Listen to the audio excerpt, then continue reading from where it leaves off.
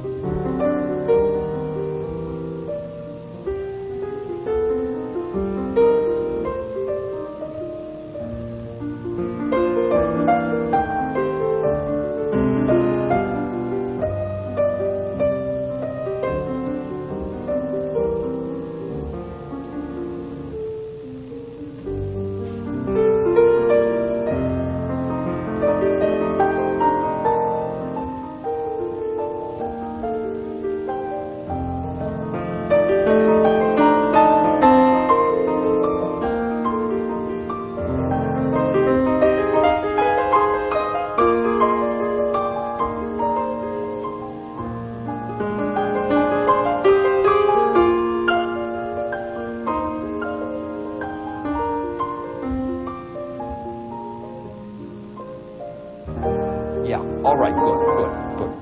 This is really one of the most difficult passages of the whole concerto to play.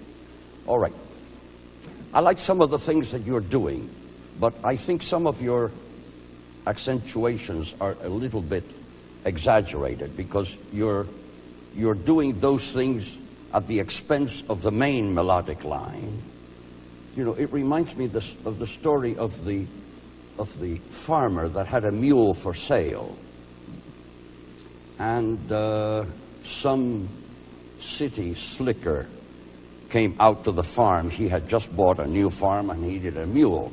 So the old farmer was telling him this was really a very, very unusual mule and very intelligent. Do anything you ask him, anything you want, the mule does.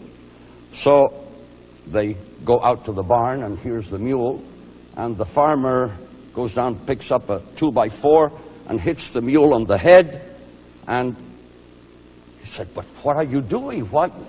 You say he's so intelligent, he does everything you want. Why do you hit him on the head like that?" He said, "Yes, but you got to get his attention first." Well, you know, it isn't necessary to hit the listener over the head with something like that to get his attention. You can do it in a much more subtle way. Play that whole passage again for me.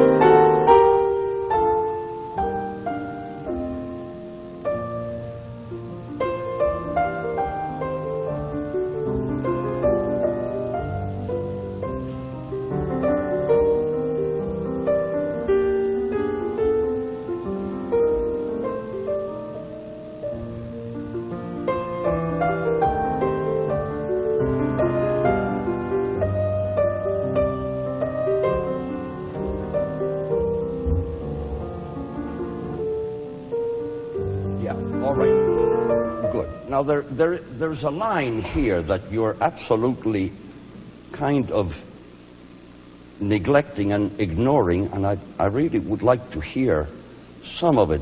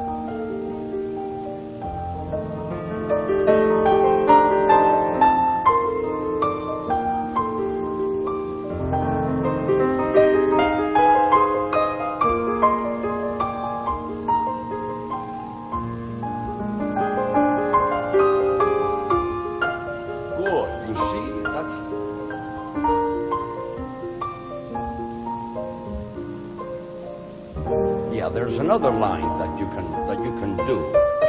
Yeah, that's right. That's right.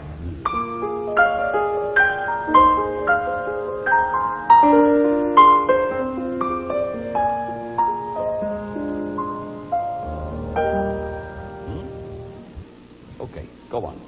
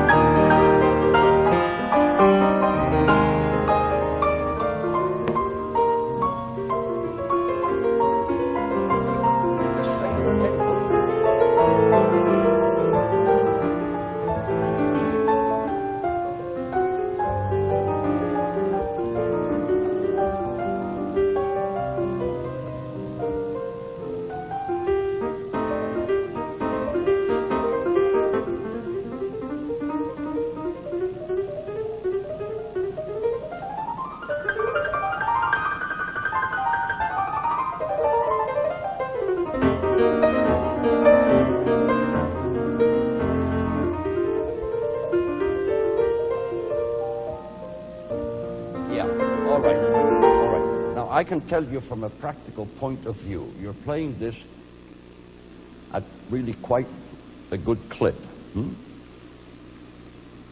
I think you're going to find it extremely difficult with most orchestras to play it at that tempo. For some unknown reason, the strings they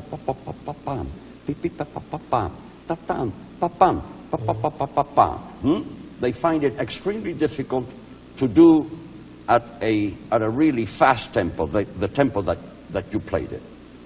And you're going to find that there are many times when you're just going to have to be able to play it more slowly. And the worst is trying to play them at that tempo and pianissimo, because they always want to play too loud. George Bollet's Master Class will continue in a moment. We return to George Bollet's Master Class. That is the hardest thing for any orchestra to do, is a real pianissimo. It's so difficult and so marvelously satisfying, you know. Musically, it's so thrilling. And of course, the hardest thing to tell a conductor is that the orchestra is too loud.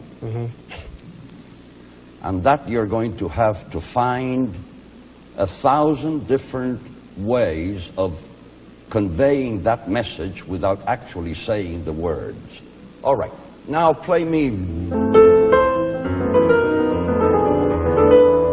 And you know, this can get awfully notey because there's so many. So don't worry too much. All those inner chromatics.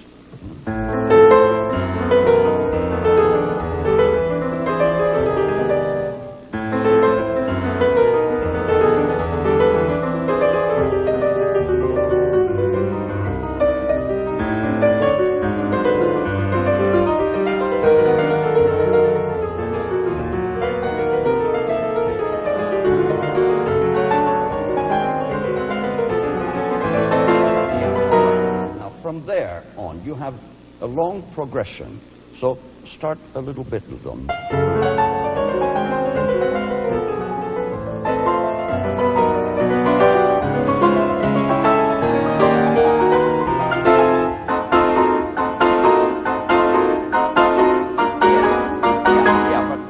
I'm not so sure that I like the.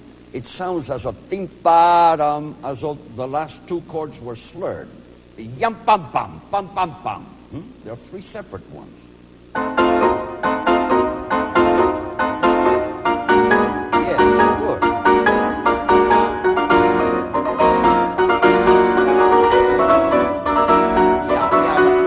Yeah, but that has to be terribly, terribly rhythmical, and you have to play absolutely in time. Could you play that with me?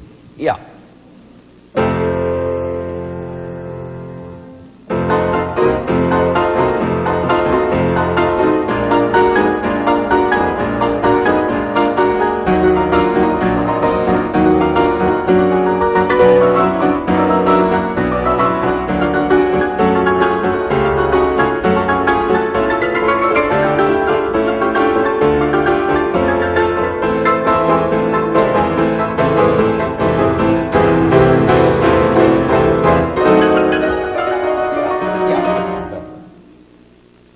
Now play it by yourself.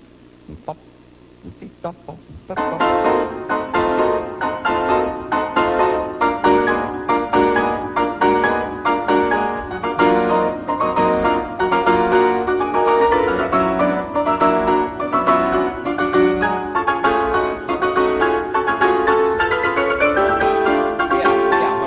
But in those ascending, that's it. Many problems of interpretation in this movement are concentrated in the cadenza, which subsides after the climax into a passage in which the piano accompanies solo instruments of the orchestra.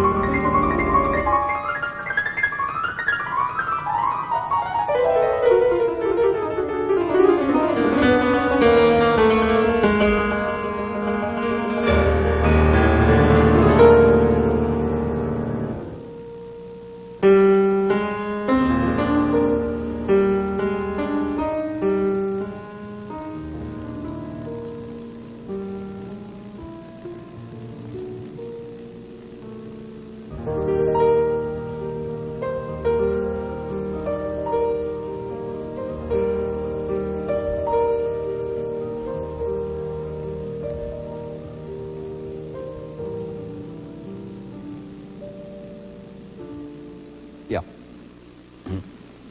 All right. You know, most of this you're playing at such a speed that sometimes it's hard for me to know exactly what you're playing. Me also.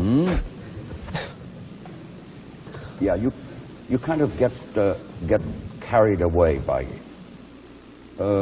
start the cadenza again. Yeah, good.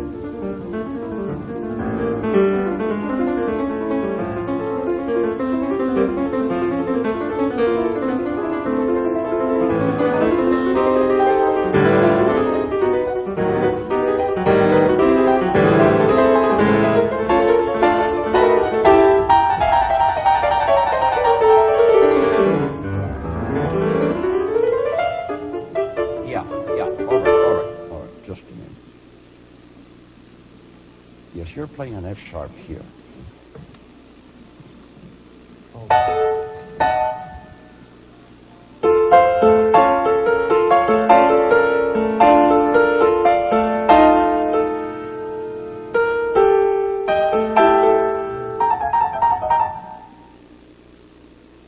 Can you start somewhere?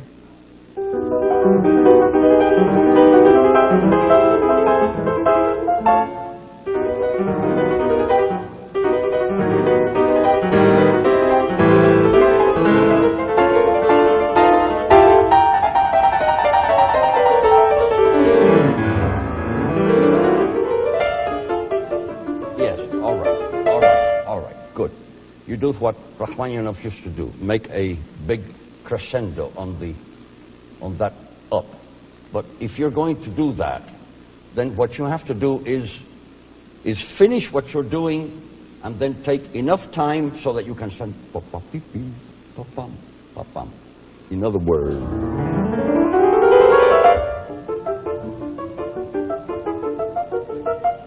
you must take a good breath.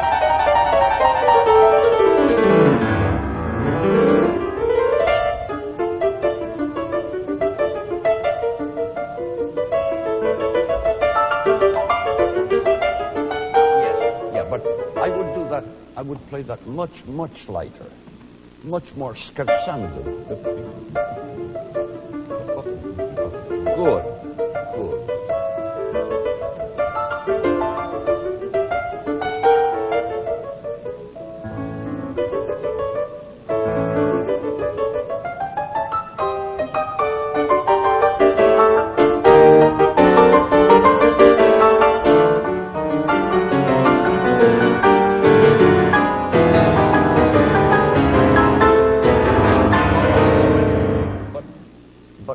We have two elements. We have this.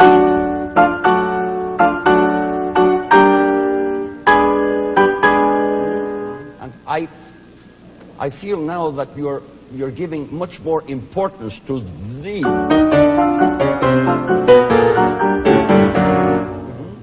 Try to do the opposite.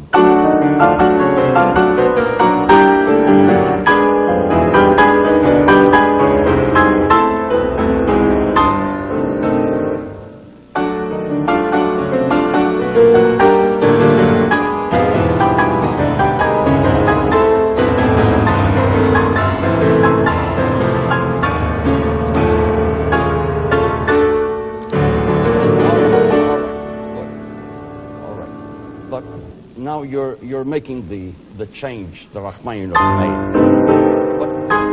but you must still play this chord in the.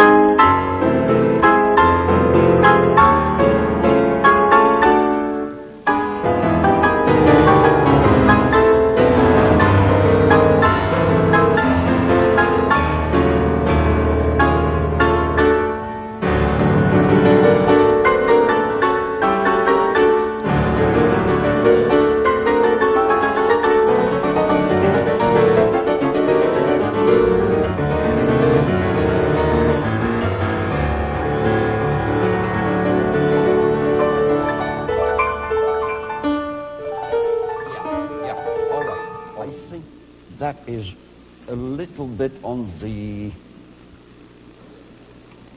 how shall I say, it's a little too agitato. You have had an awful lot of fireworks, and here we have kind of a lyric, a poetic interlude. George Bolet's Master Class. We return to George Bolet's Master Class. In other words, allow the flute and the oboe and the clarinet and the horn really.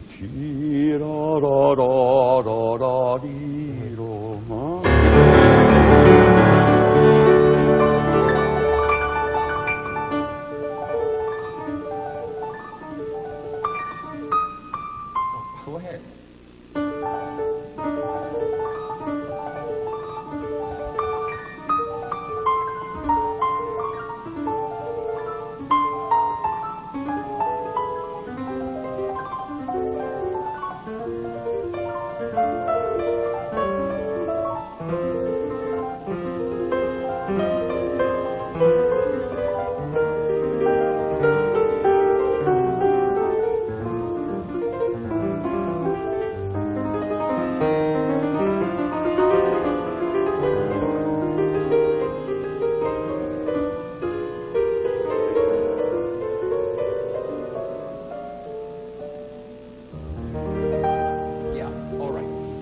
Basically, that's fine, but I think you're taking a little bit too much time for the resolution. See if you...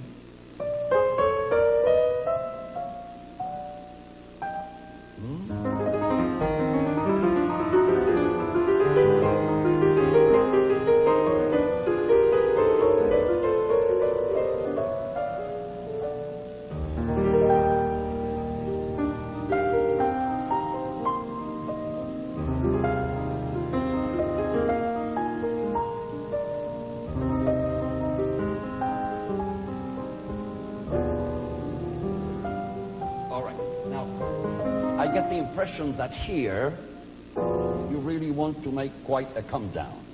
Yes. All right. But in order to have that have any kind of meaning, you have to do the other ones in a very positive manner.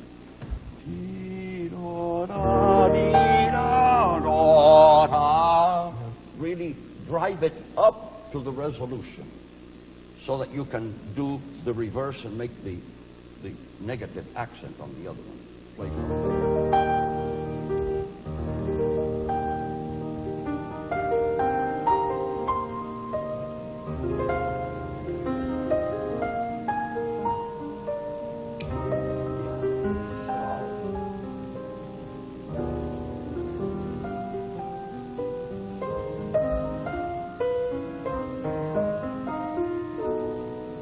George Bollett and the American pianist Ira Levin.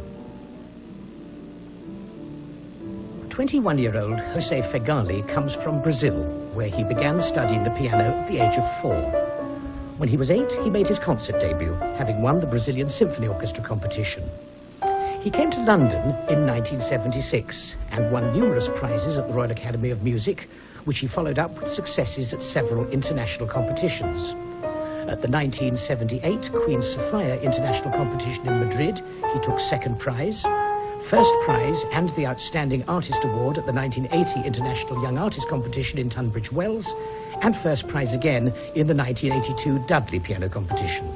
Unlike Ira Levin, he's never studied with George Bollett, and several different points emerged from his interpretation of the same movement.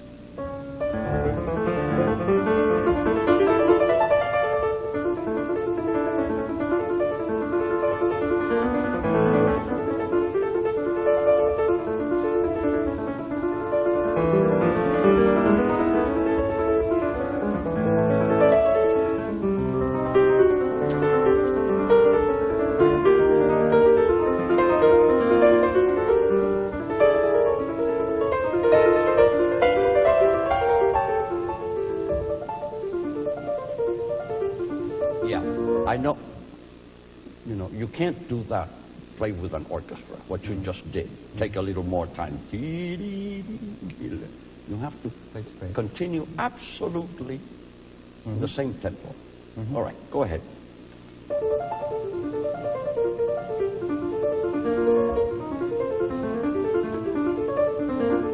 Yeah, all right. But if you're going to do that, you really have to do it more definite. I know what you're trying to do, but the listener wouldn't know exactly what you were, or at least what you're trying to do, you're not really conveying to the listener. You're trying to do...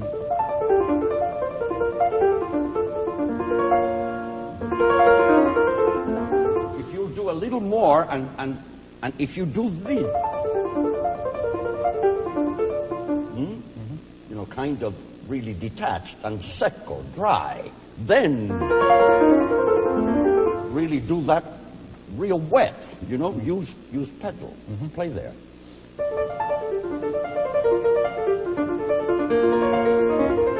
Yeah, all right. That'll be doubly effective if you will do the secco much more pianissimo.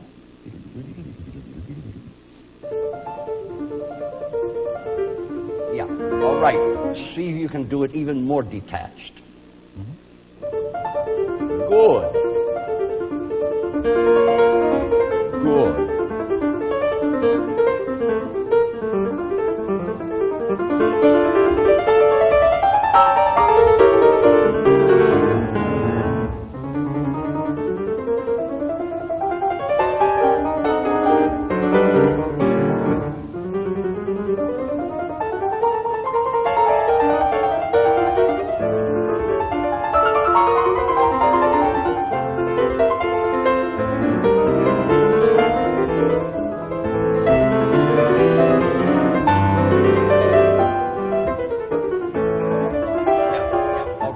That's going to be very, very difficult for a conductor to be able to follow you.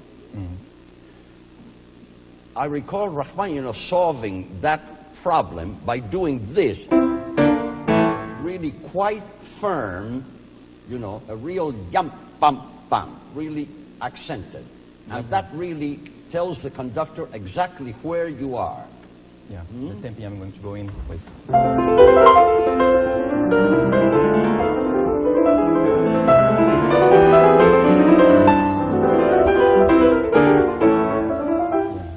No, there isn't any conductor.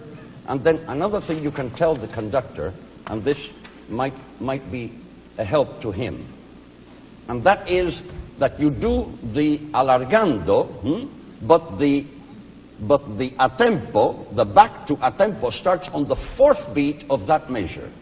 Right. In other words, Yes.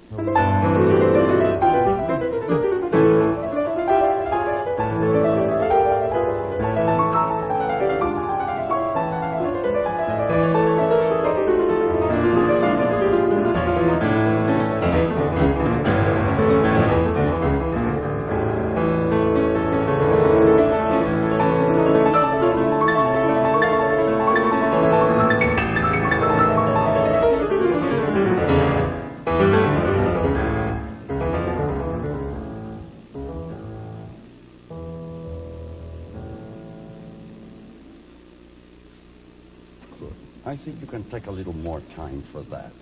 Yeah. Take a little more time between little long.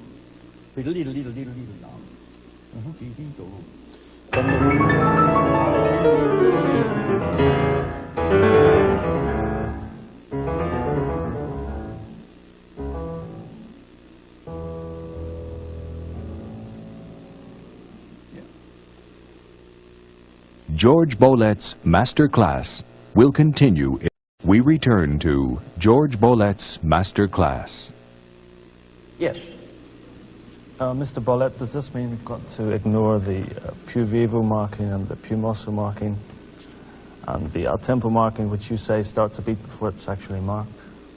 That's right. There are any number of instances where Rachmaninoff wrote something in one way, and with the practice of performance, he realized that it was the way he originally conceived it just didn't work that way. Didn't work. And I think this is one of those cases, because there is no doubt that Rachmaninoff played this all exactly in one tempo. Much of this masterclass centered around the problem of putting this particular interpretation together with an orchestra, mainly from the point of view of frequent tempo changes.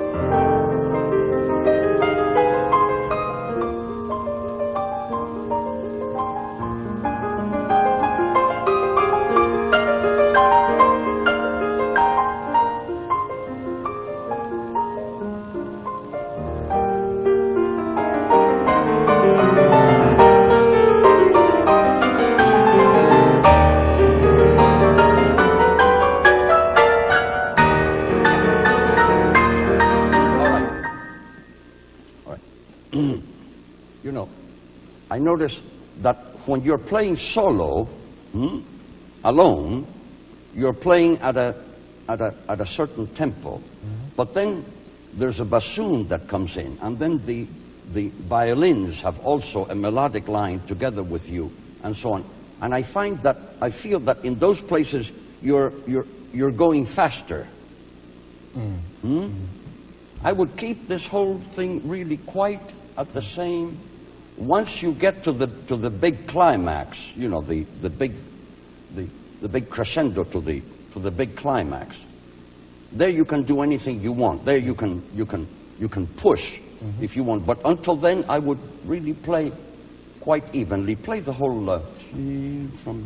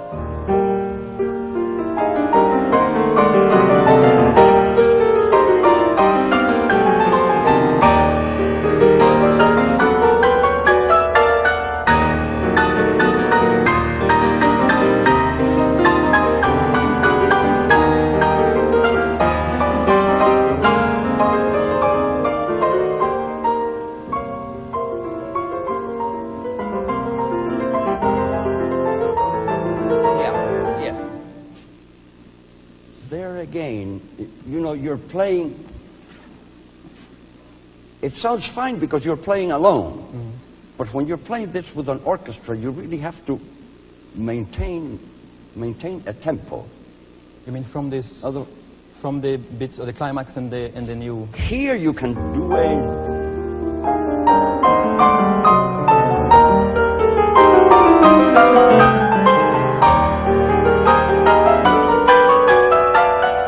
That's fine because that's a very clear, very understandable. But from here.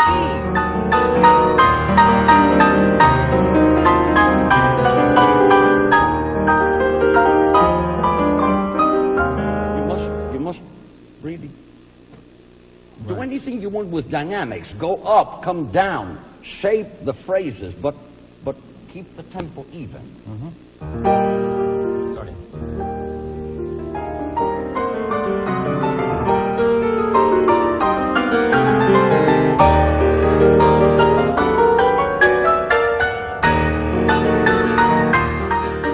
The question of tempo emerged once again later in the movement, but this time in the cadenza, when the piano is no longer limited by the constraints of keeping together with the orchestra.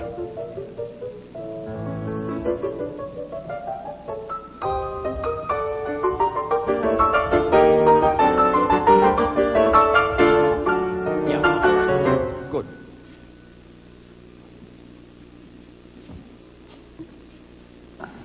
I can respect your point of view.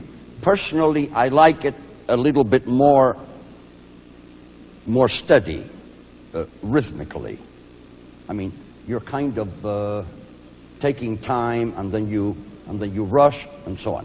However, the one thing you cannot do is to take it at such a clip that you can't keep it up. You mean especially that bit, the scherzando? No, I mean from here.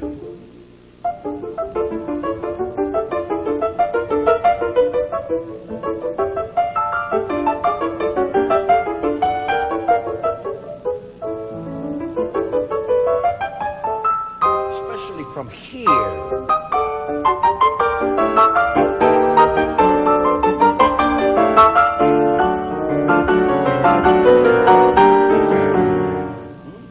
Because when you get here, you really can't slow up. Because the impression you're giving, things are getting complicated. He can't go quite that fast. He has to slow up. Yeah.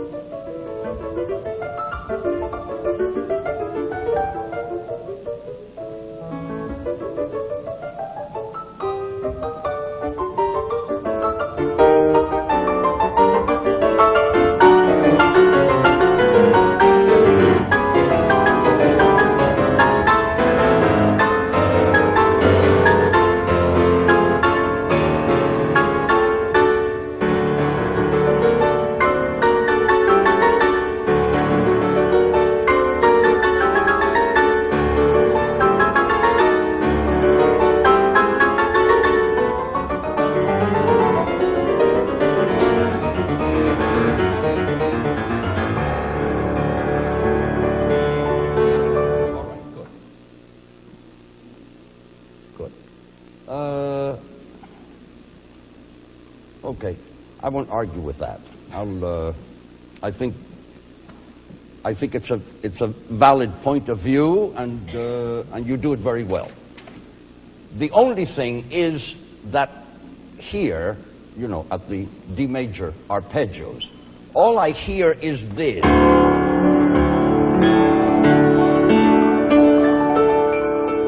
I don't hear it.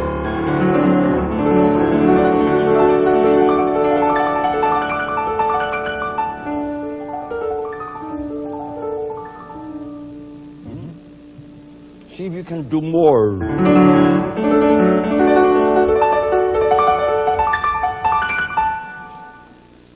George Bolet's Master Class will continue in a moment. Bolet's Master Class.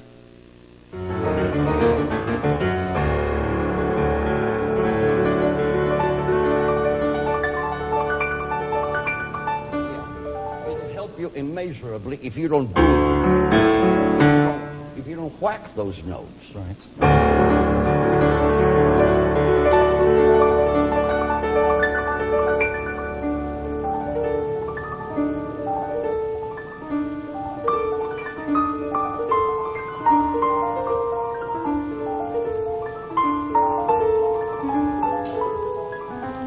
One of George Bollett's characteristics as a teacher is his insistence that the student must develop his own interpretation of a work. In order to do this, however, the student must, of course, know what he's trying to convey and why.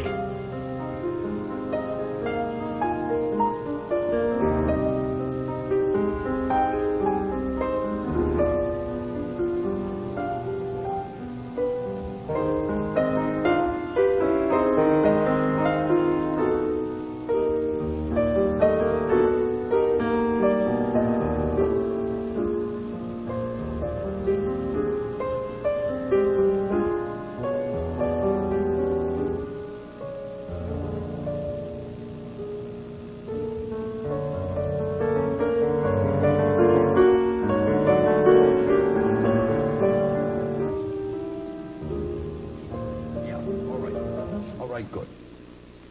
Now look, tell me at a place like this, for example, just what do you envision that you really want to savor, that you want to convey to the listener the beauties of this particular passage? Wherein lie the... Well, I think what I was trying to convey here is that I play this, as you said, I mean, nebulously, and here is a kind of oasis, you know. It sort of suddenly springs out. Yeah, and then all it goes right. back again into the come prima. All right, good. Basically, that's a very good idea. Very good idea. But wherein consists the beauty of this? What gives this thing a particular importance? How do you call it? It's kind of poggiatura into the... Yeah, but why should that 16th note be important at all? Because it's so dissonant to... Ah, exactly.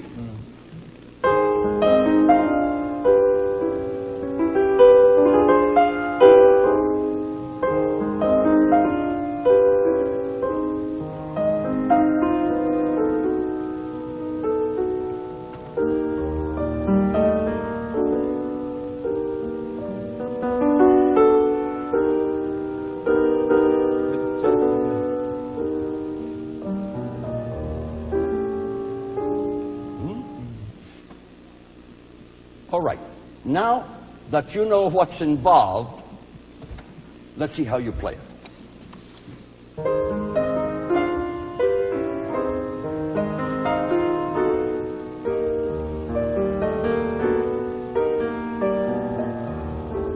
Yeah, all right.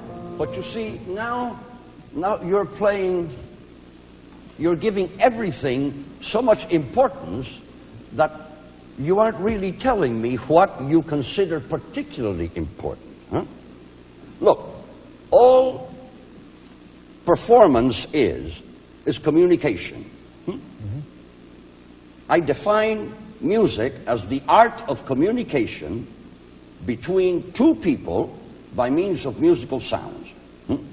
So whatever you're doing at the keyboard, you're telling them in musical terms, in musical sounds, exactly what you're thinking or what the composer thought. Now you have to find out what the beautiful thoughts of the composer were, and then you have to play them in such a way that you are communicating to the listener what you're doing. But you have to play it in such a way that it's like actually telling the listener, listen to this, isn't this beautiful? Listen to this melodic, the shape of this melodic line, the transition of this harmonic progression. Listen to the Rachmaninoff recording, and I'm sure that you will find that he does some things that are just absolutely so breathtaking. Good. Thank you very much. Thank you. Bravo. Bravo.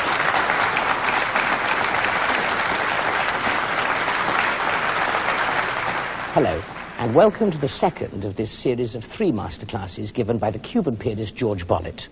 All the classes are concerned with a single work, the massive Third Piano Concerto by Sergei Rachmaninoff. It's perhaps one of the most taxing works in the entire piano repertoire, as much from the point of view of the pianist's stamina as his technique and musicianship. In the first masterclass, George Bolet worked with the American pianist Ira Levin and a young Brazilian pianist, José Fegali, on the first movement. Today, 2 different pianists present him with their interpretation of the second movement, the lyrical intermezzo. The British pianist Philip Smith received the majority of his piano tuition at the Royal Academy of Music in London. He entered at the age of 11, became a full-time student 5 years later, winning several prizes and fellowships, and in addition to radio and television broadcasts, he's given recitals and concert performances at several international festivals. Philip became known to television audiences in Britain when he was a semi-finalist and prize winner in the 1978 Leeds International Piano Competition. Here he is, playing the first section of the slow movement.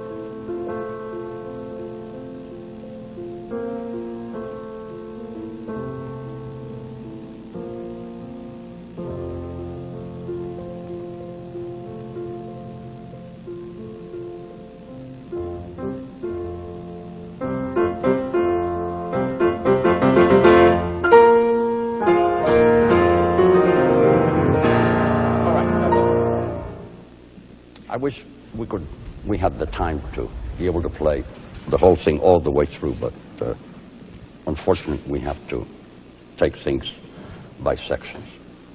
The first impression that I get from hearing you play this is that you're taking a great deal of time for certain things which I don't think are really quite that important. As I mentioned at the first session, you know, we're communicating, we're talking to the listener, and we're trying to show the listener and have the listener be aware of all those very beautiful things which exist in the music. If we take time for anything, be careful that the pace of the music does not disintegrate to the extent that, you know, everything kind of seems to stop. We must always have, even when we make the biggest alargando, we must always have that sense of forward movement. The great Tabuteau, Marcel Tabuteau, who was solo oboe of the Philadelphia Orchestra for a great many years, I was very privileged in working under him for 4 years. And one of his favorite expressions is, music must travel. Always keep that in mind. George Bolet's master class will continue in a... Give me your introduction, and naturally this has to be played freely,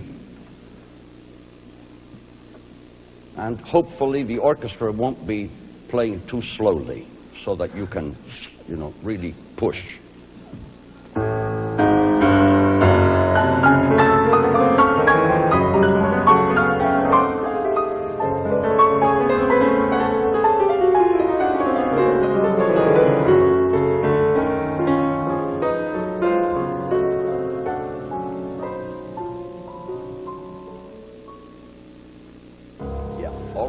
Already much, I think it's really much better overall shape.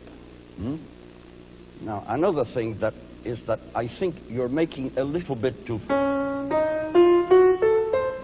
you know, of that inside line.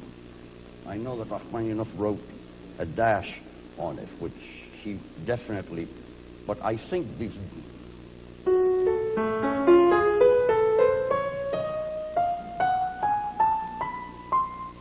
that is really such a beautiful line. I don't think you should throw it away. See if you can do both. Huh? Give us.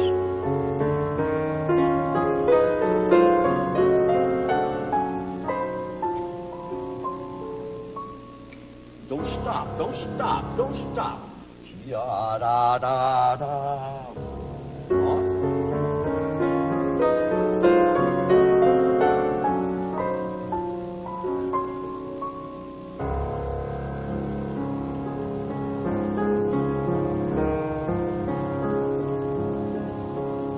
Yeah, all right.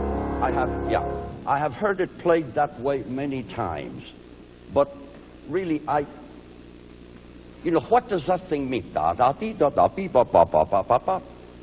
It's just two bars. You're creating a mood for what's coming. Hmm? See, if you like the idea of just play that very simply, very quietly, very evenly. Don't do anything. You know, there is a great art in doing nothing. Hmm? Literally. I must tell you, for years and years, I wanted to play the Chopin F minor ballade. Hmm? But the one thing about that ballade that just absolutely floored me was the introduction. What do you do in the introduction? I tried this, I tried that. I tried everything I could possibly think of to make that introduction, shall I say, meaningful. And then one day, I was just thinking about it, and I said, of course, very simple solution. One word, nothing. Don't do anything. Just play the notes as simply as you can, and don't try to make anything out of it. And then when the main melodic line comes, all of a sudden the piece kind of seems to start sprouting to life. Try those two bars and don't do anything.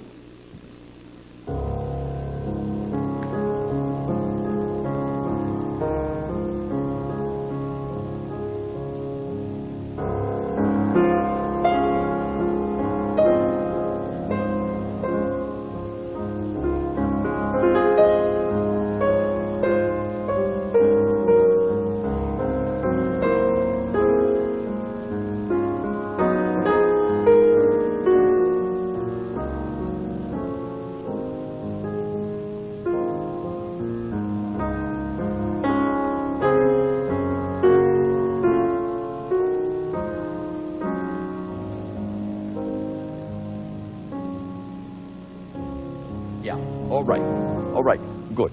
Basically, it's good, but I think it's really a little bit too slow. You know, almost every melodic line seems to be a stopping place.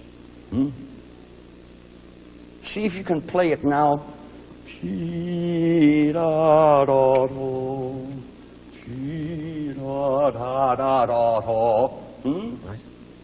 Even some of the triplets, compress some of the triplets.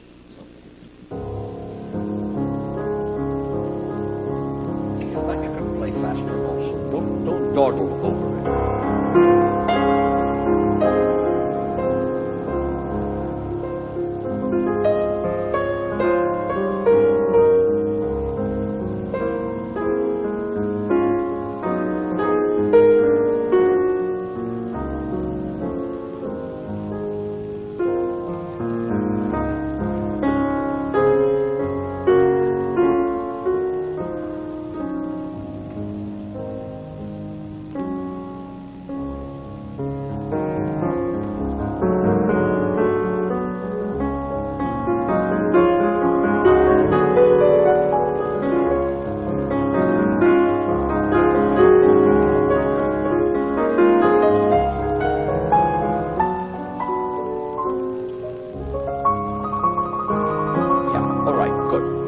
Good.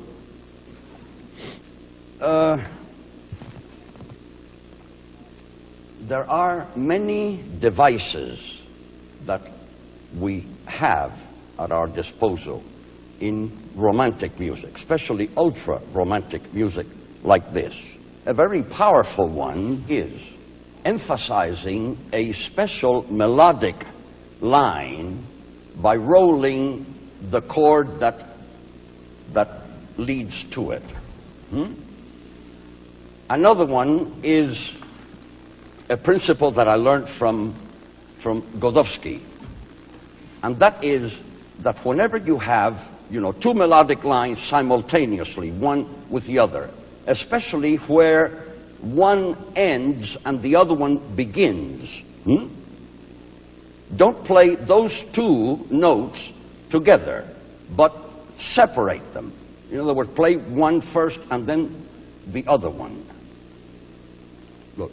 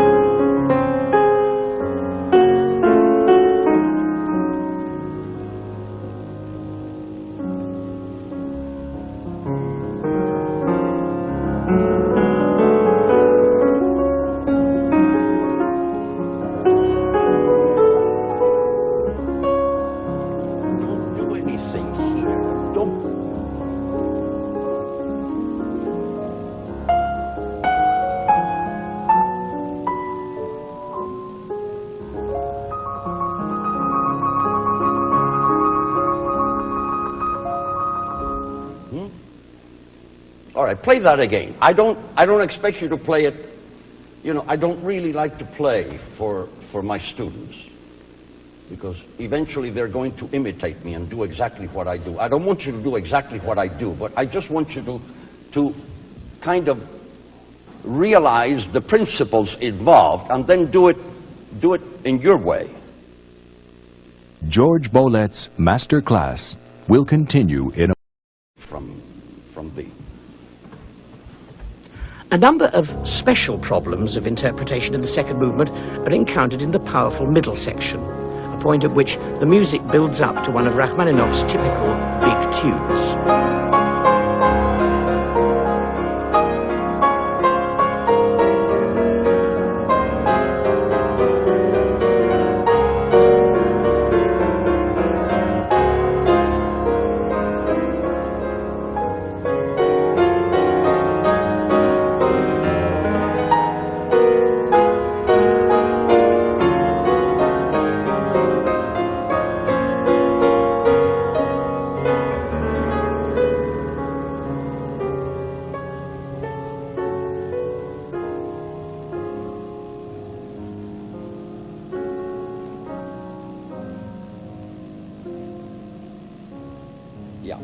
Yeah, all right.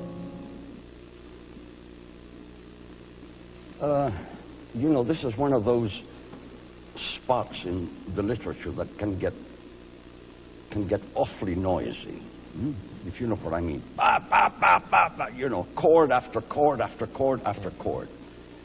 We have to find some way of making this as lyric and as melodic as we possibly can.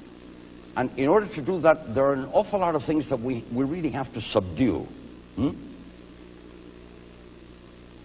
I think you're playing the whole thing at a tremendously high dynamic level, and you're not taking advantage of going down on your dynamic level in some places so that you can rise again. And then when you do really get to the big climax, you have been there already quite some time. So it's really not a climax, it's not a high point. It kind of becomes a very high altitude mesa.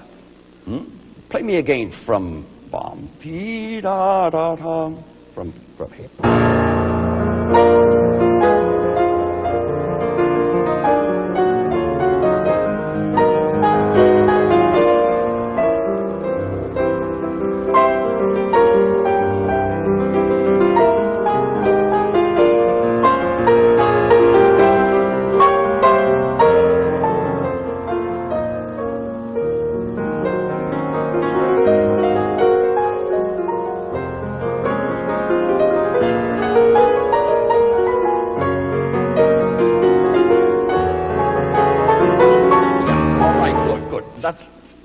That's infinitely better. Hmm?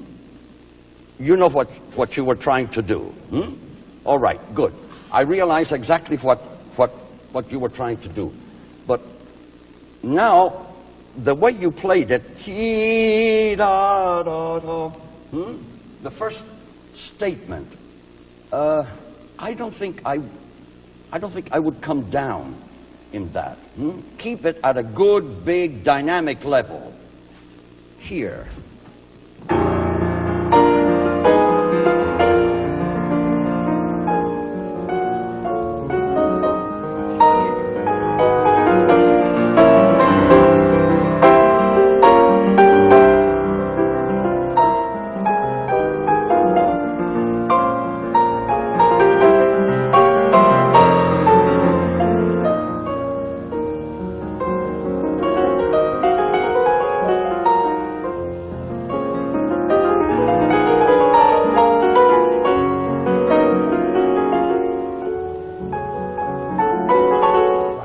Used to do that, and it was absolutely breathtaking. Do a piano.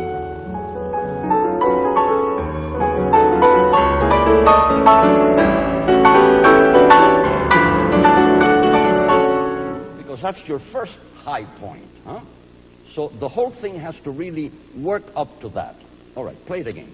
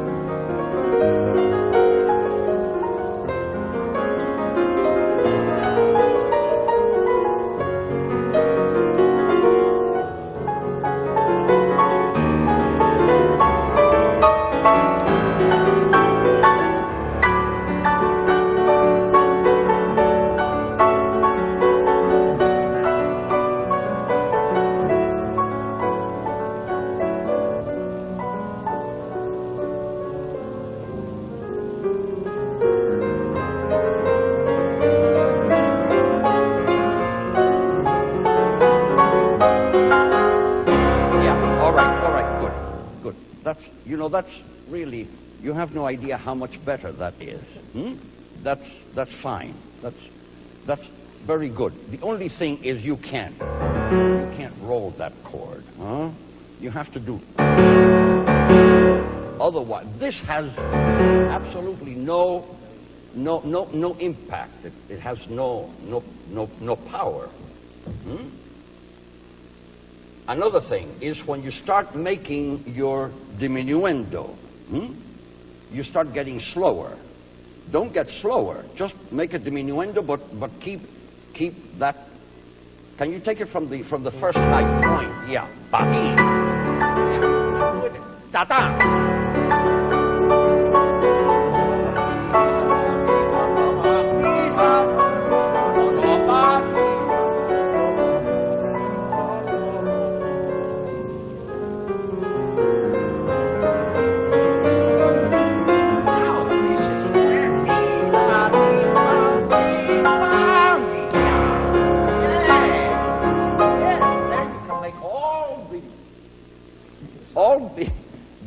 The big alargando that you want, huh?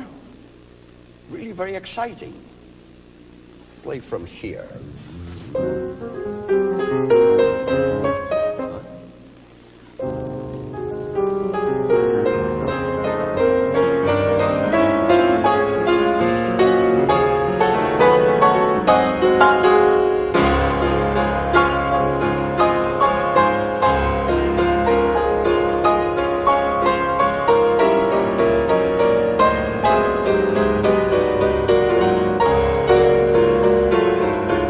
Smith with his interpretation of that big climax. George Bolet's Master Class will continue. We return to George Bolet's Master Class. The other pianist taking part in this class is the American Marc Antonio Baroni. He's only 20, and to date he's won a number of local, national and international competitions. He received his earliest musical training from his mother, and at the age of 10 began to study at the Curtis Institute. He's already performed with many orchestras in the United States, including the Philadelphia, the Baltimore Symphony and the St. Louis Symphony, and he made his South American debut in Venezuela in 1980. Since then, he has also been a member of the staff at the Bryn Mawr Conservatory of Music in Pennsylvania. His interpretation of this movement is in contrast to the one we've just heard, a slightly different mood, and on the whole, a faster tempo.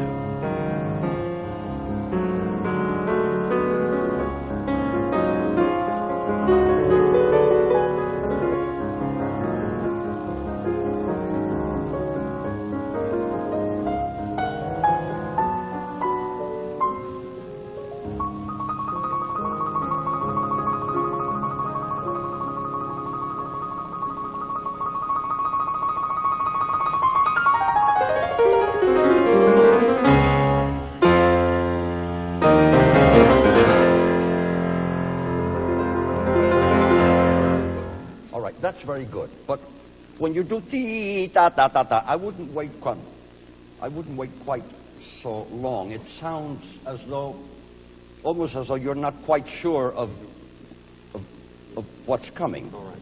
After yam ta ya pa pa pa pa pa pa pa, and then go. Yes. Don't stop on. All right. Play.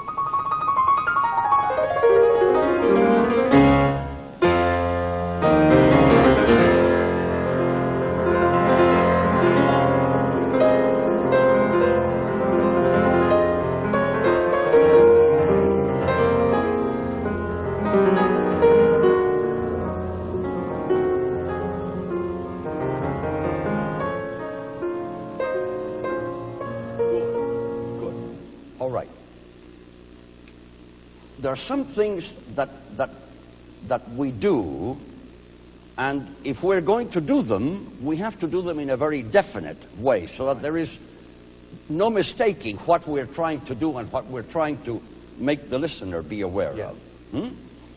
And this is one place.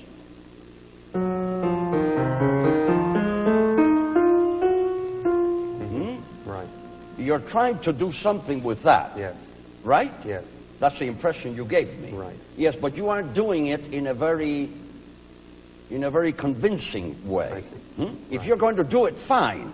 I do it also. I really played that very, very big. Because I think it's a beautiful line. All right, so now play it like the beautiful line it is, and let us really enjoy it as much as you do.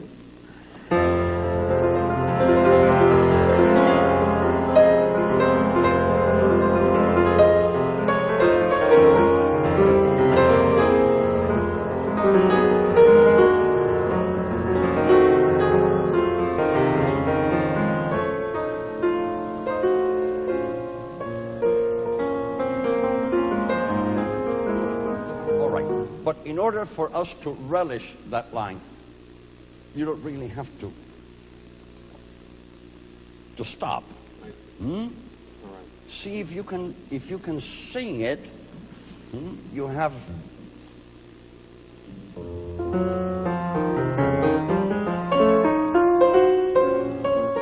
and go on. All right. Go on.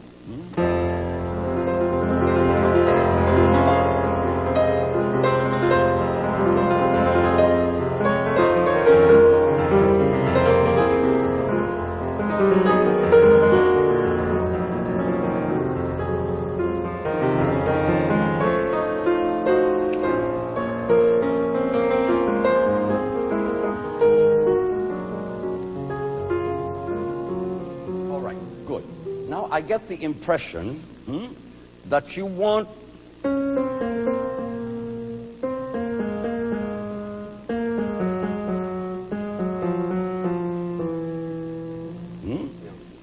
all right, that's fine, but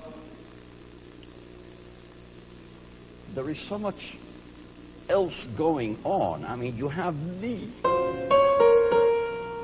Huh?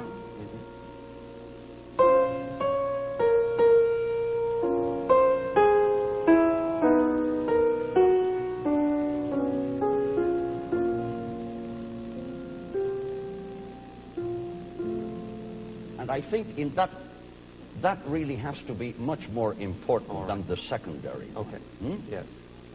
In other words, think of those two melodic lines as being the principal one, the top one, the inside one, the secondary one, and then the other one as being just an additional embroidery, ornamentation.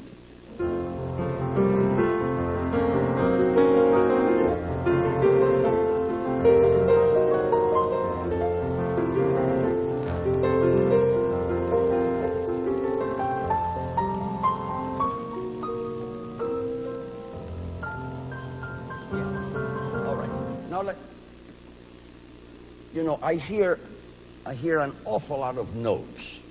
This is what I hear.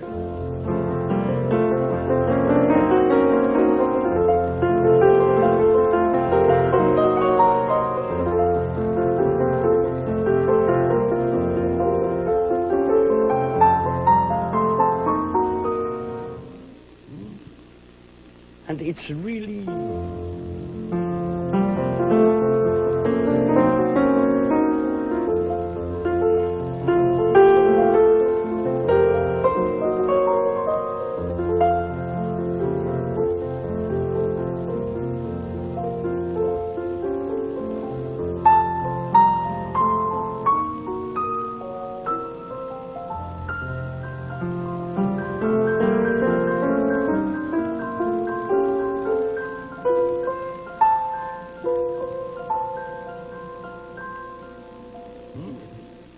You see the difference? Yes, of course. In other words, too much of the unessential and not enough of the essential. So play me the essential and then let the non-essential just be kind of part of the background. Play there. Having spent a lifetime on the concert platforms of the world, George Bollett is in the enviable position of being able to offer innumerable practical hints and pieces of advice for putting the solo part together with an orchestra. With this work in particular, he has a fund of tips and well-tried tricks of the trade, which he's always eager to pass on. The one thing that I find a little disturbing is that, especially in this place, all through here, rhythmically it's a very difficult spot, because you're playing in a triple time. Right. You're playing ti da ti pa ti tam 1 2 3 1 2, and the poor orchestra is playing ta di da dam pa da di dam. So it's really one place where you have to make every effort to play as rhythmically in tempo, in time, as you possibly can. All right. Another place that I find a little bit, I know you're trying to play very freely, and that's all very good, but don't get the misconception that in order to play freely, you have to play faster and slower and, you can play very freely and still play with a very, very even, flowing tempo. This is the place that I mean.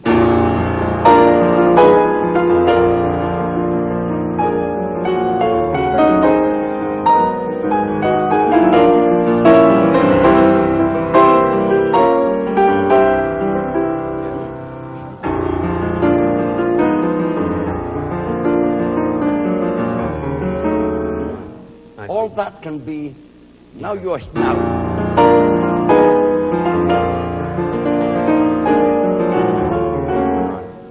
Yes. If you can make those 16th notes play. All right, play me from here. You're the only other pianist I've ever known who plays the Ossia. Everybody plays the other one. But I like the Ossia much better.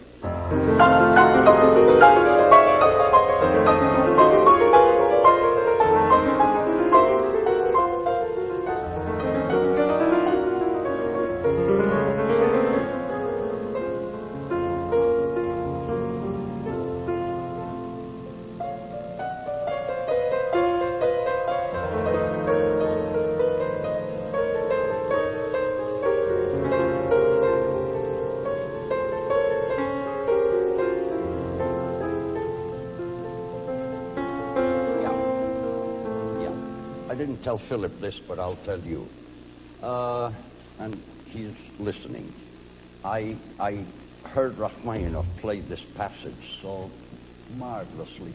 And these 16th notes he really compressed.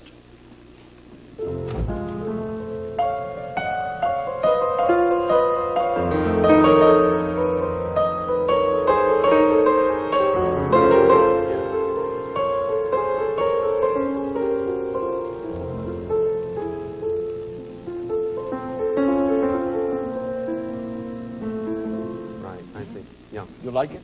Yes. Don't worry too much about that because, you know, the whole orchestra has... Right. Okay. All right, play there.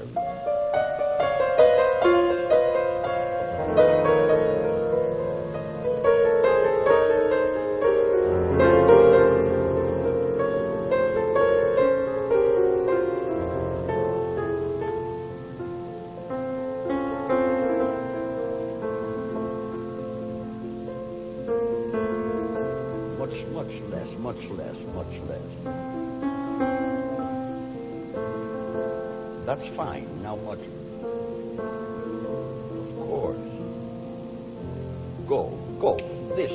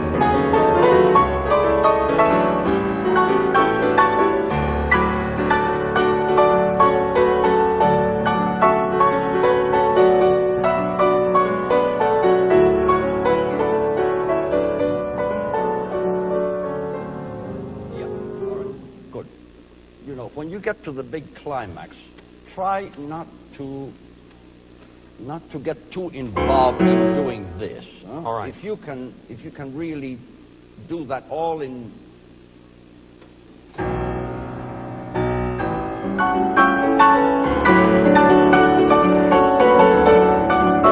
And then this is one place where you really should push. All right.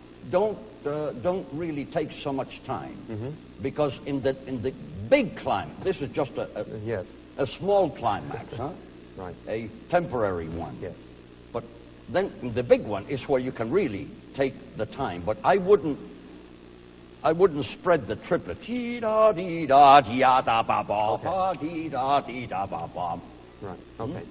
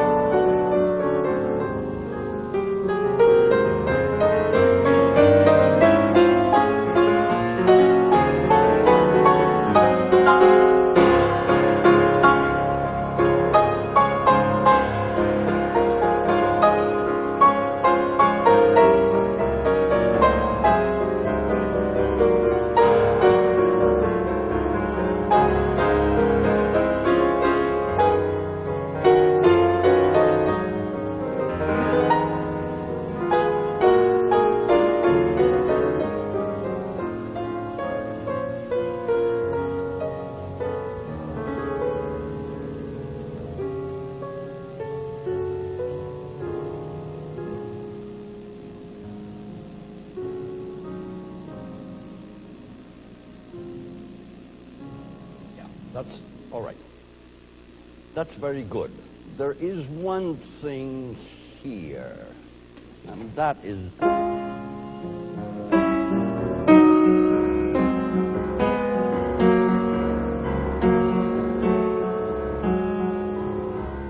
I think you could really do. Yes.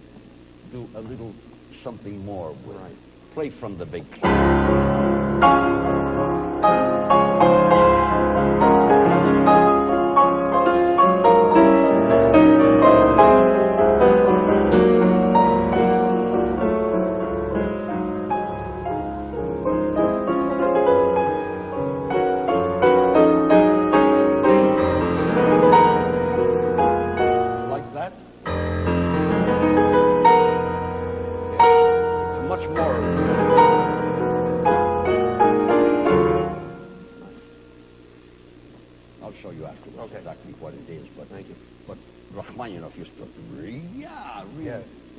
4. Yeah, right. All right, play from the beginning.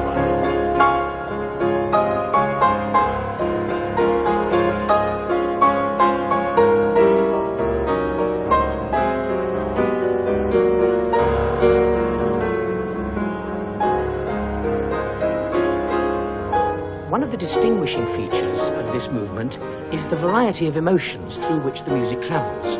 And at this point, the mood changes to a lighter vein, more playful in character, and posing subsequently different problems for the soloist.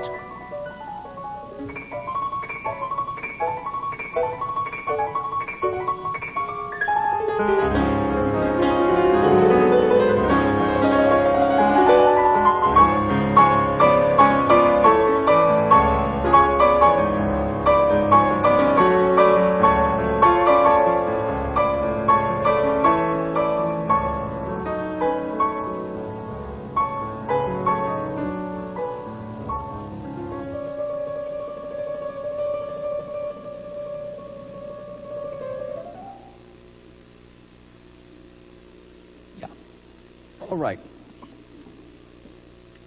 Now you're doing the opposite of what Philip did. And basically what you do is very good. However, I think the whole scherzando, your articulation is beautiful, the way you do the things that you do are fine. But I think the whole thing is at a too high a dynamic level. All right.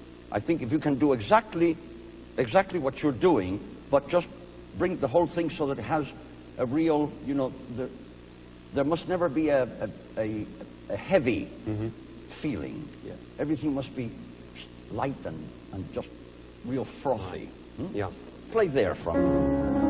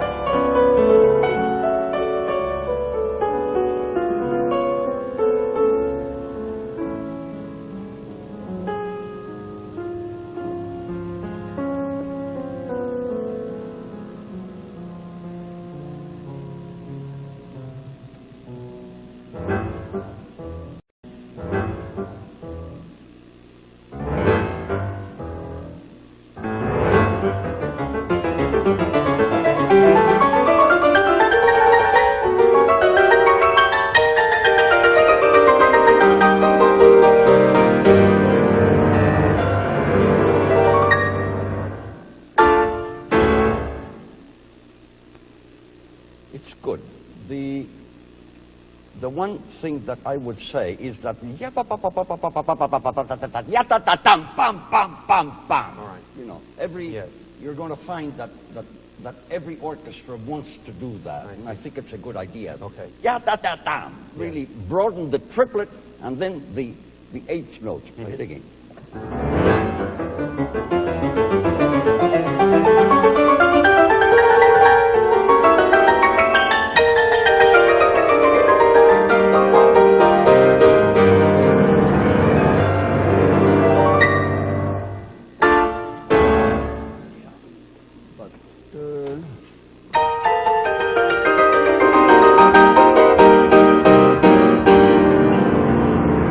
That's what I mean.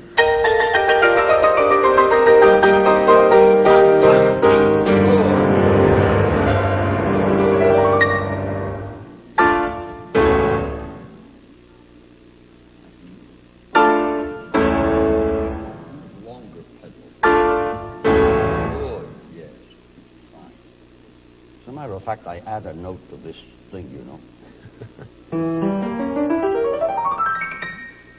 I see.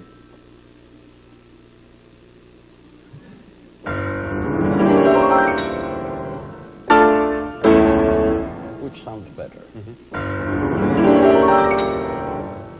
There are more D's. Right.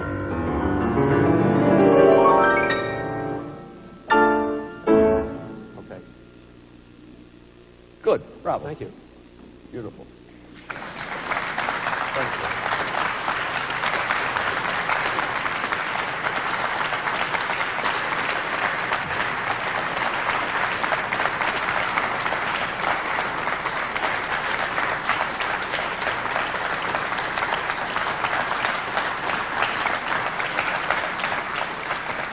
22-year-old Wolfgang Manz comes from Dusseldorf, where he began to play the piano at the age of 6.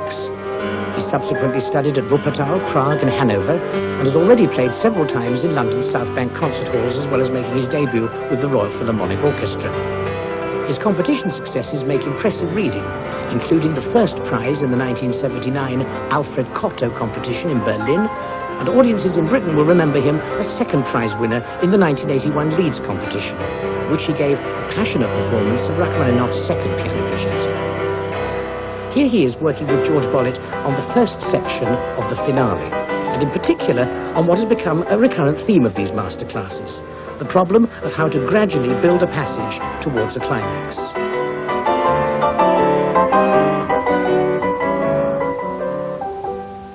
Yeah. This has to be one of those really absolutely devilish, fiendish passages. You know, it's a series of progressions. I wouldn't do quite so much build-up the first one, and then you come down. And then the second one, maybe you can do a little bit more. Then it has...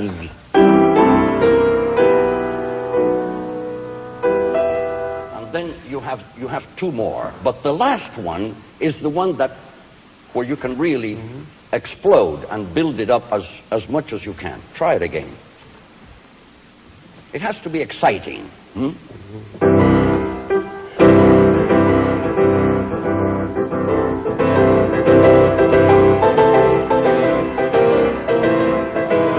get carried away.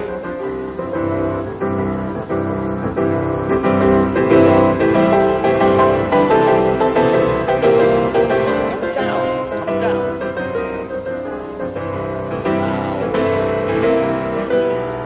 Now start. No, don't get lyrical. The same, the rhythmic pattern has to continue. You can't alter it. Come down.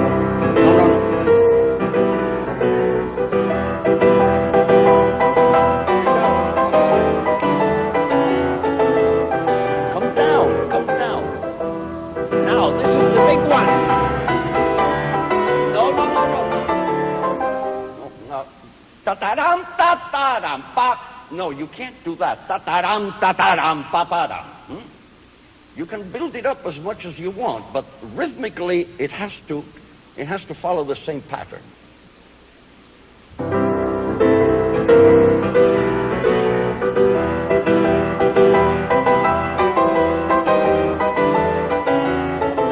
down. This is it.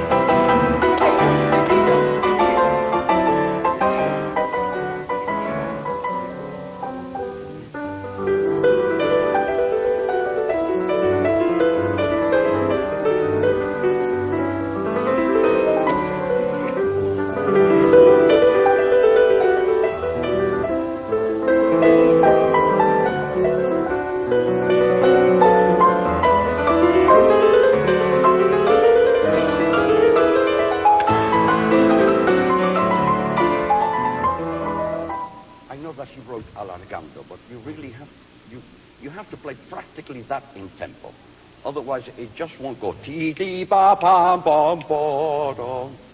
Play that passage, that whole section again.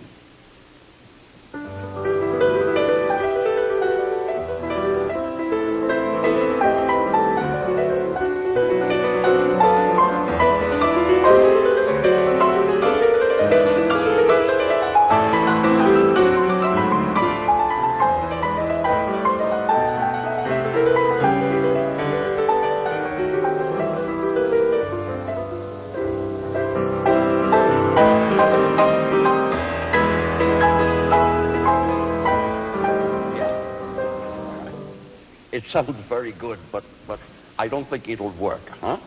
It's fine. You made a kind of a slight rallentando to the C major. But then do dee da dee da dee da dee da da da. Just go on. Keep the same tempo. You can't play that so much more slowly.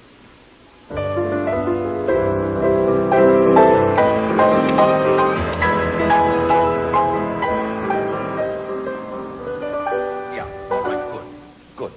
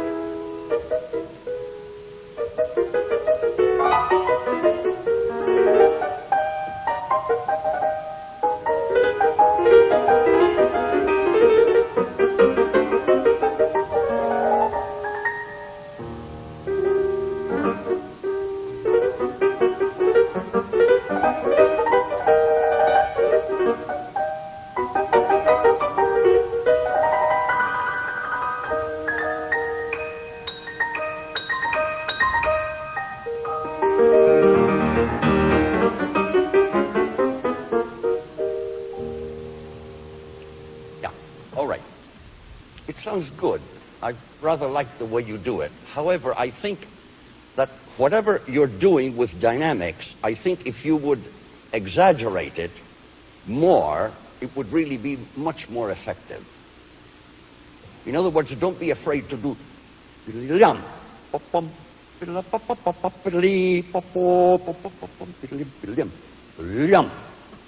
those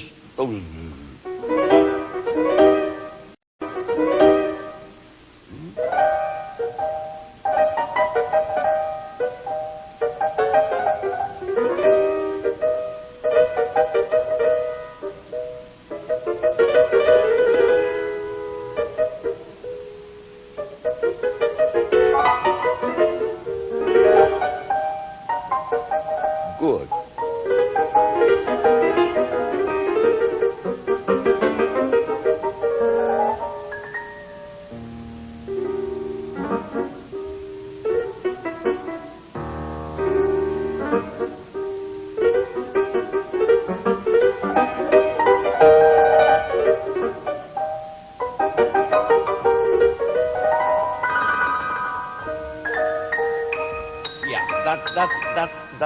That is the only thing that I don't really think fits.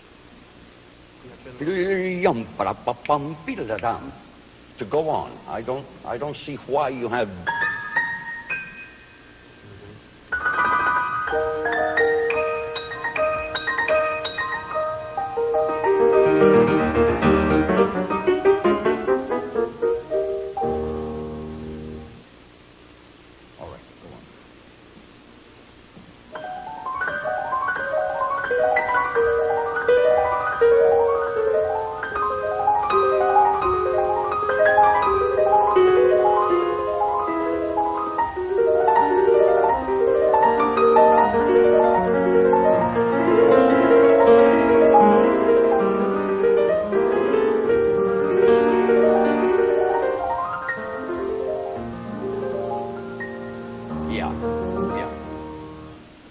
You're using too much hand movement. See if you can play it with absolutely no movement. Don't think of articulation at all. Just play from the knuckles down. No, it reminds me of Hoffman said that when he was playing the the Schumann fantasies for Anton Rubinstein when he was studying with him. At the beginning of the third movement, in very large letters, Rubinstein wrote, "Your hands are moving." And that's exactly what you have to do with this. Just don't move anything. I notice that you're making all kinds of circular things with your elbow. Just that's it. That's it. Put your hands on the keys and good.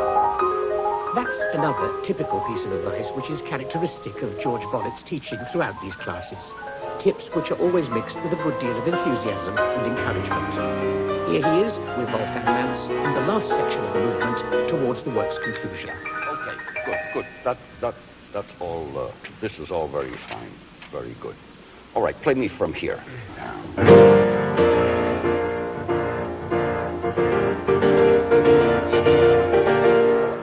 You're starting already at such a high level. Where are you going to go? You're going to have no room. Start pianissimo. Start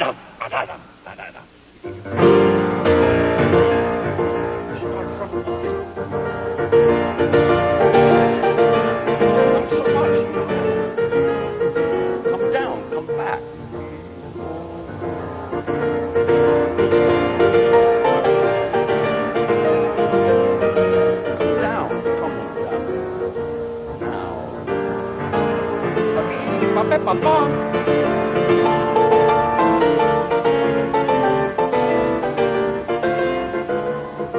This is the big part.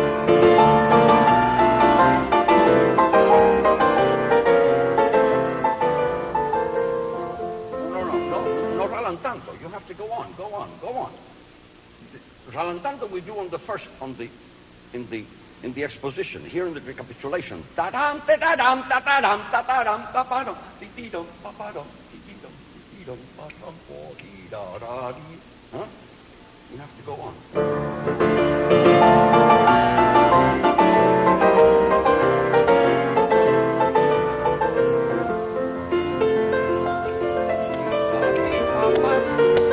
Go! You also.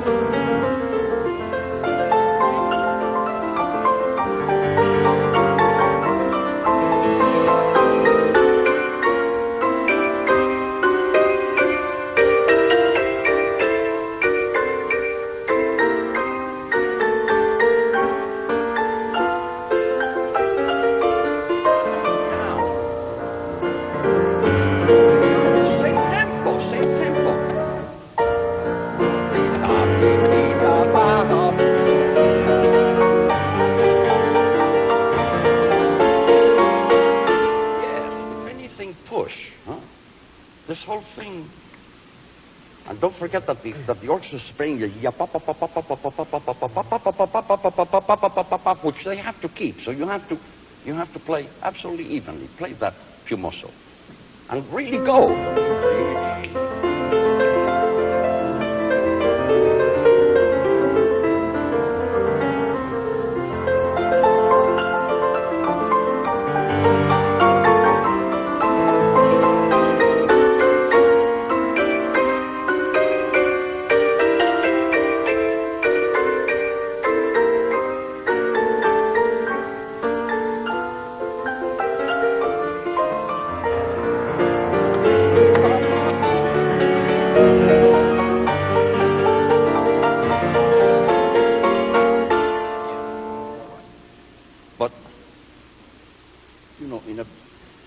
In a phrase like this,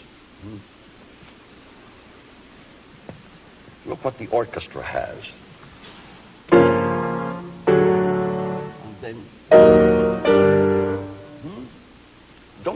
don't try to do it all in one. You can do.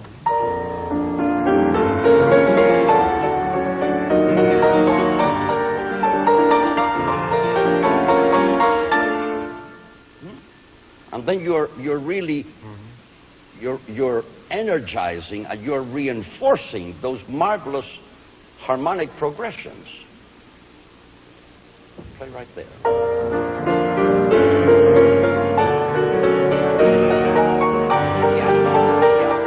Yeah, but now you're playing.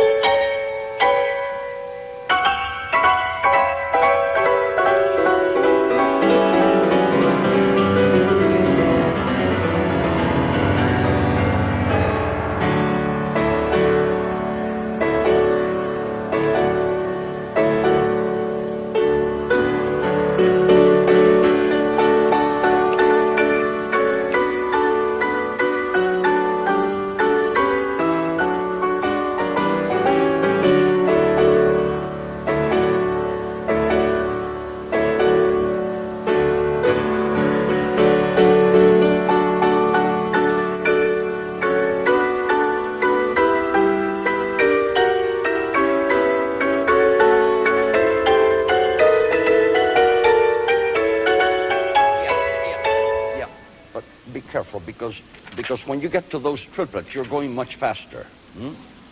Ti ta ta ti pa pa pa pam ti pa ta ta tam pa pam pi, and that is, I hate to tell you, C natural.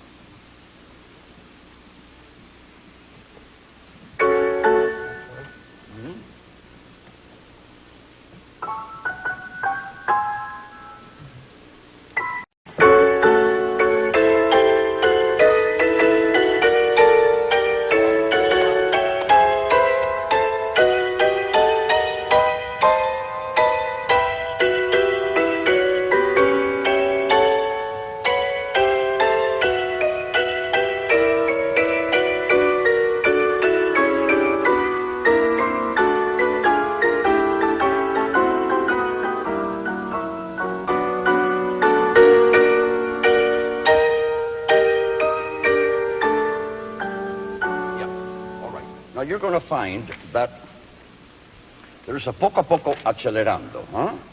And then there is an alargando, and then there is an accelerando, and then there is an a tempo, and then there's a più vivo with a diminuendo and a crescendo, and there is nothing here except ritardando. Forget it. You'll never... It just doesn't work. And Rachmaninoff himself realized it. From here, you must tell the conductor, this from here absolutely must be like a machine to the end. As far as tempo.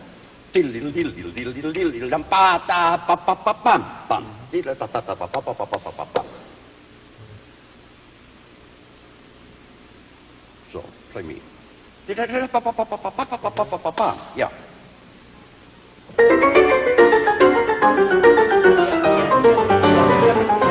You're playing staccato, huh?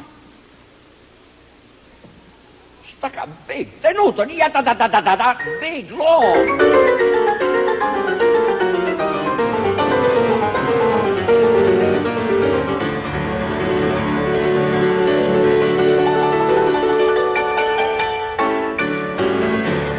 Yeah, all right. But from here on, you can keep the pedal. Hope and pray that you play all the right notes. Because if you do mess it up, naturally you have to clean it up with the pedal. But from here on, just up till there, just one pedal. Play that coda again. Yeah.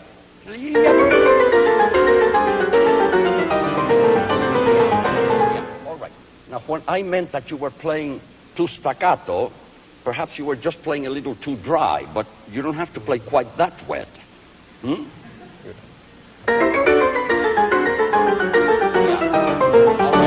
All right, somewhere in between that and the other one. Try it. Good.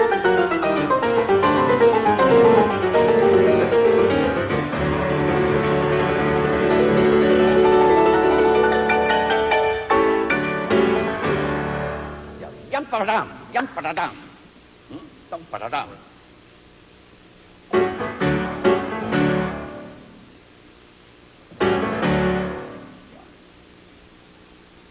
Good, bravo. Good boy.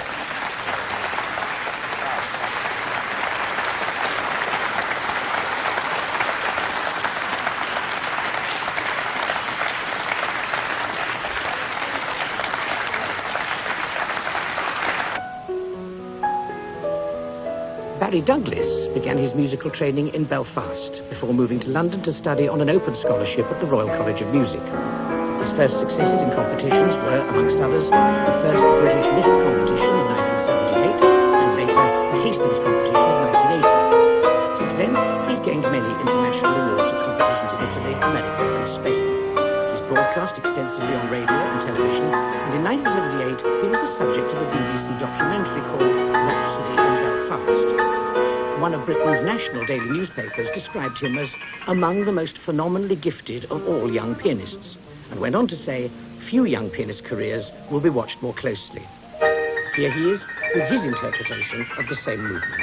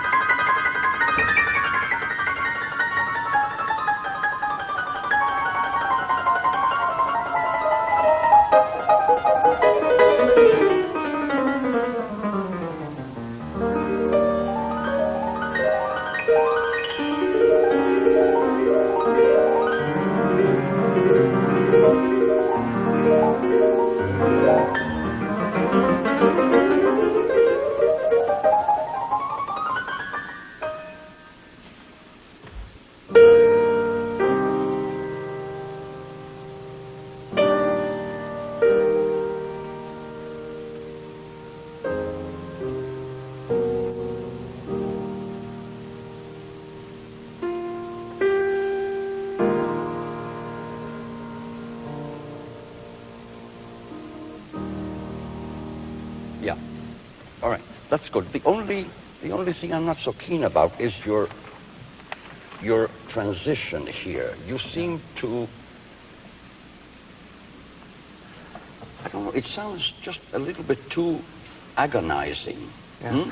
It's just a logical build-up from where you are here.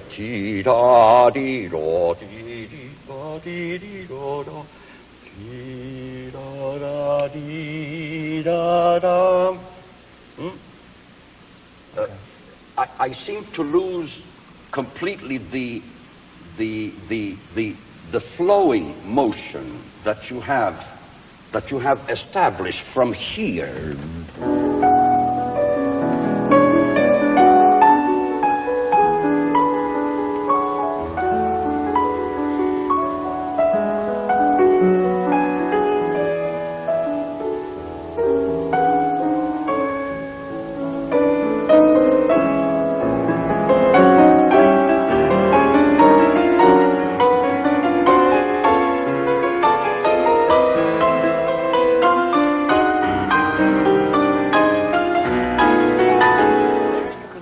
You want. You can broaden, but you have been so kind of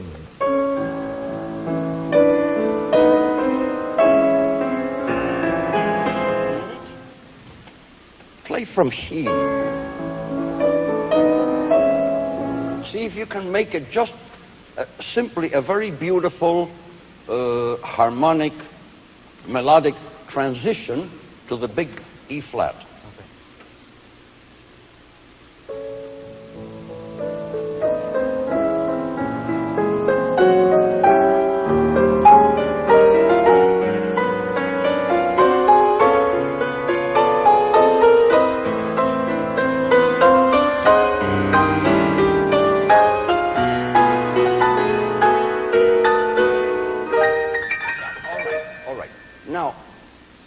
I find is that I don't get this.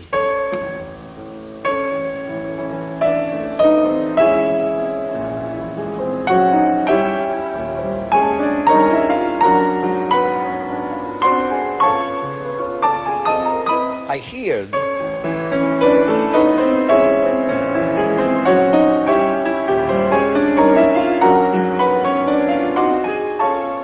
I hear notes and not a really melodic progression.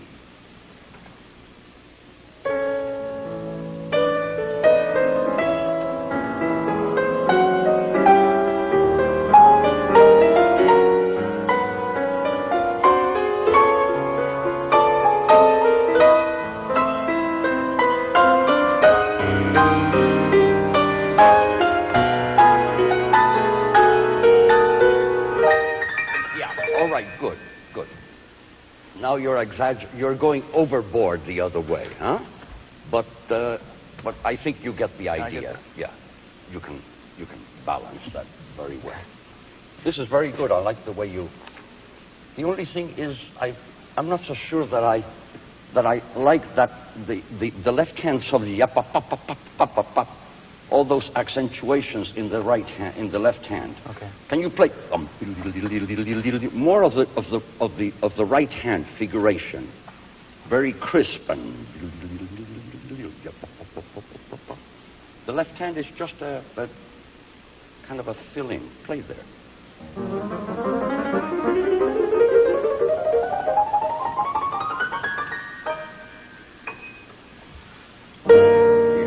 Have you tried it going just a little? That's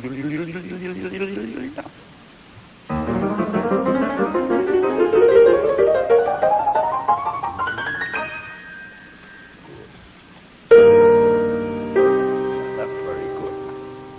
That's very good. I like the way you play those chords, huh? And take plenty of time. All right, let's go on.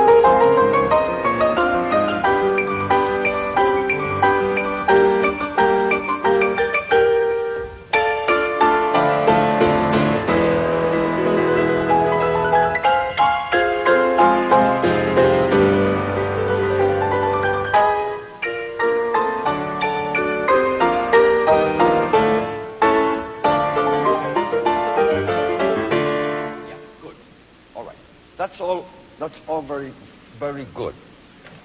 The only thing I would question is, after all this nice, beautiful scherzando that you do,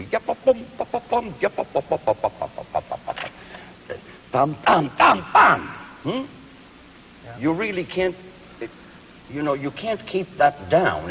It's too vigorous. I like to keep a little bit for here, because you do too much, then it gets a bit dead all the time, All right, but you can give all you have here, but still have enough differentiation between all this. Play there.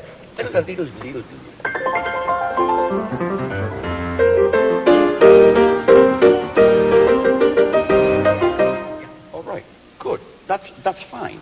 If you'll only use a little more pedal. Dum bum bum bee ya pa pa pa pa pa pam.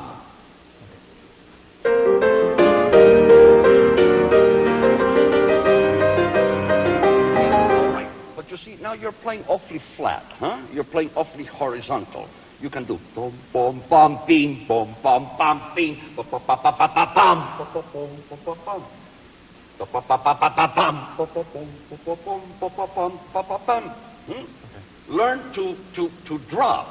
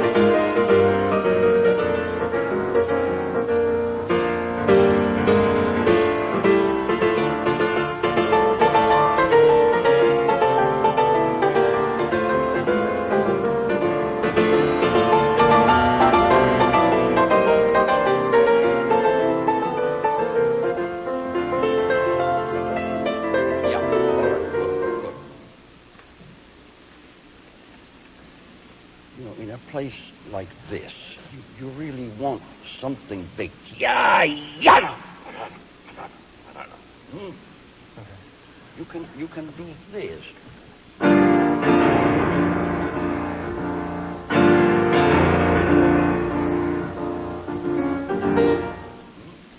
And there again, you know, you're getting up to a certain level, but you're not coming down.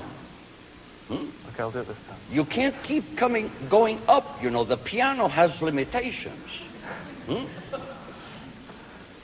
Yadam, badadam, badadam,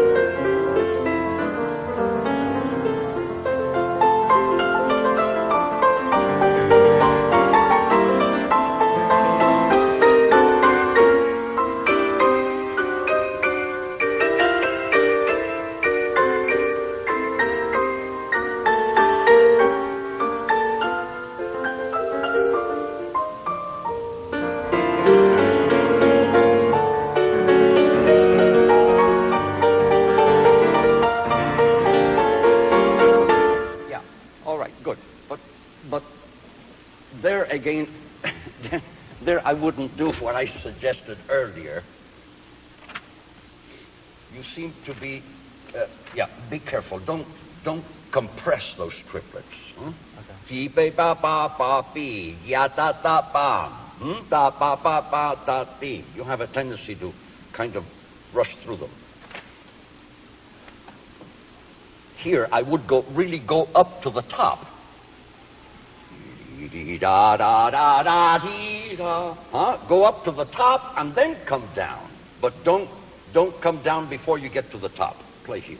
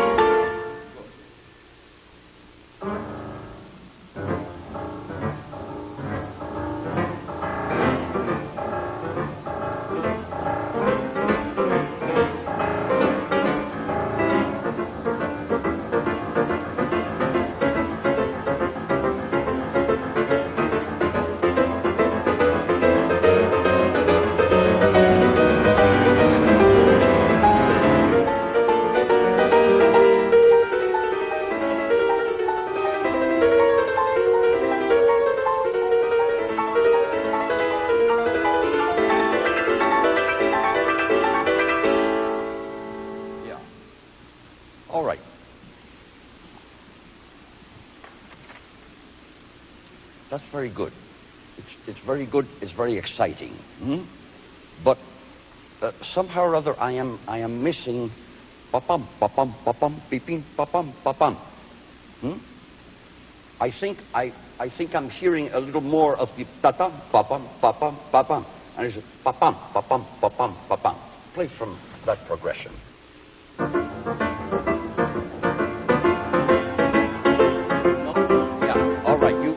You heard what you did. You missed a couple of them. Pa-pum, pa-pum, pa-pum, beep. Yeah. All right. Play it again.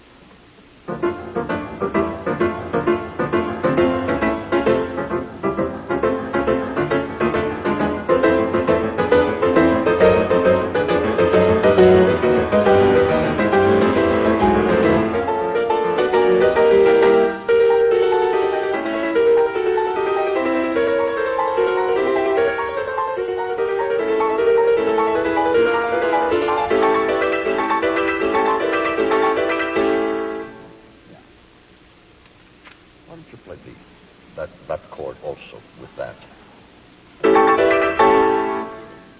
Yes, that's really much better. All right, go on.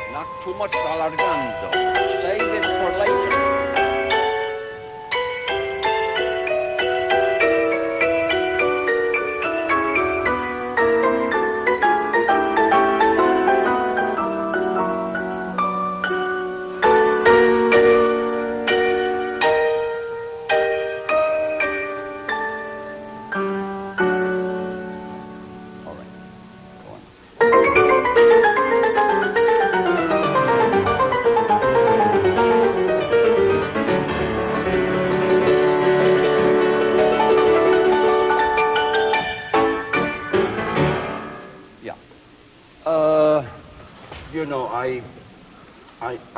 I'm missing the chords here. Yeah, pa pa pa pa pa pa pa pa pa pa pa. They're not quite clear. They sound like just a naked octave.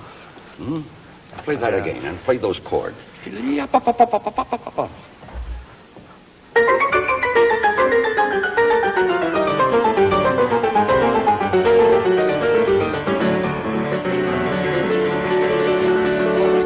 Good. That's fine. But from here, whatever you do, just put the pedal down as though you had glue on it and don't release it until you get up there. Huh?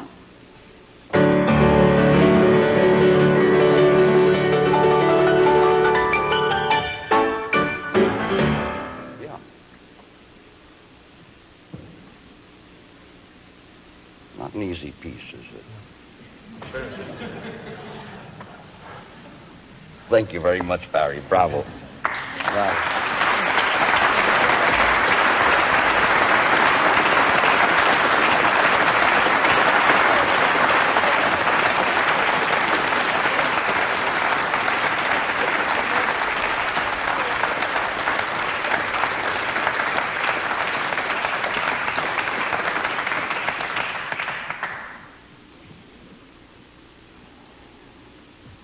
Before we bring this to a close, I would like to say a few words to you 6 wonderful people that have played for us. I must say, all of you played this work extraordinarily well.